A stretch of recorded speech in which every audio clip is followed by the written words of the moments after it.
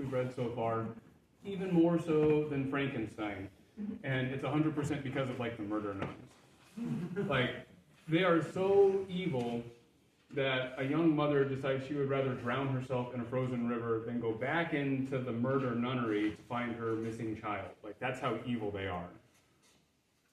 The thing that I love about the book is how understated it is. It's very subtle. It doesn't really come out. You know something's wrong, but she doesn't quite put her finger on it. She leaves it to your imagination, which is why I imagine that it is the most evil thing in the entire world, which of course makes it the most metal book that we've read so far.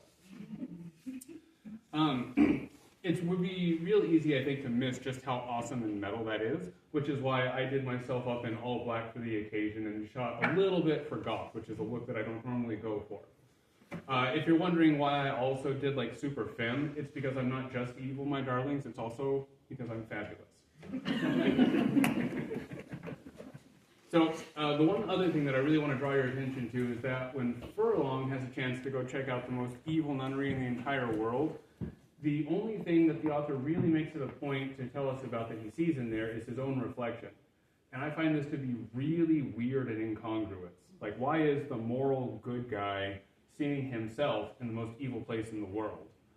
My theory about this is that this is a reminder to him and to all of us that once you know that there's evil in your backyard, you're now on the hook to do something about it.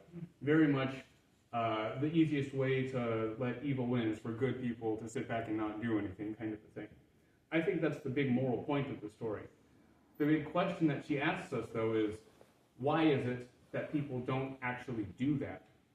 She takes 20 pages or so to draw out the moral point, and then another 100 pages to tell us about the entire rest of Furlong's life.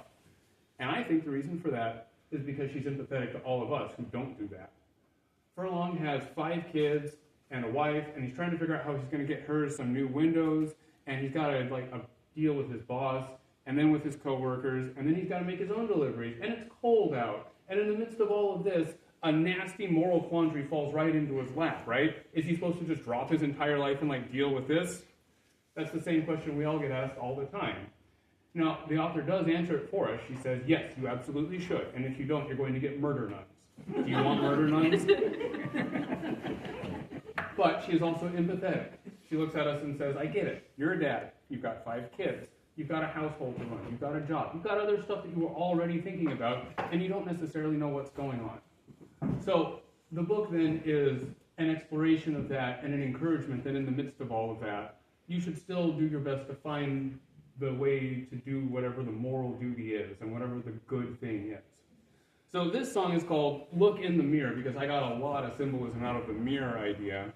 And I would say that it's kind of sort of an attempt to capture the feeling of that moral tension.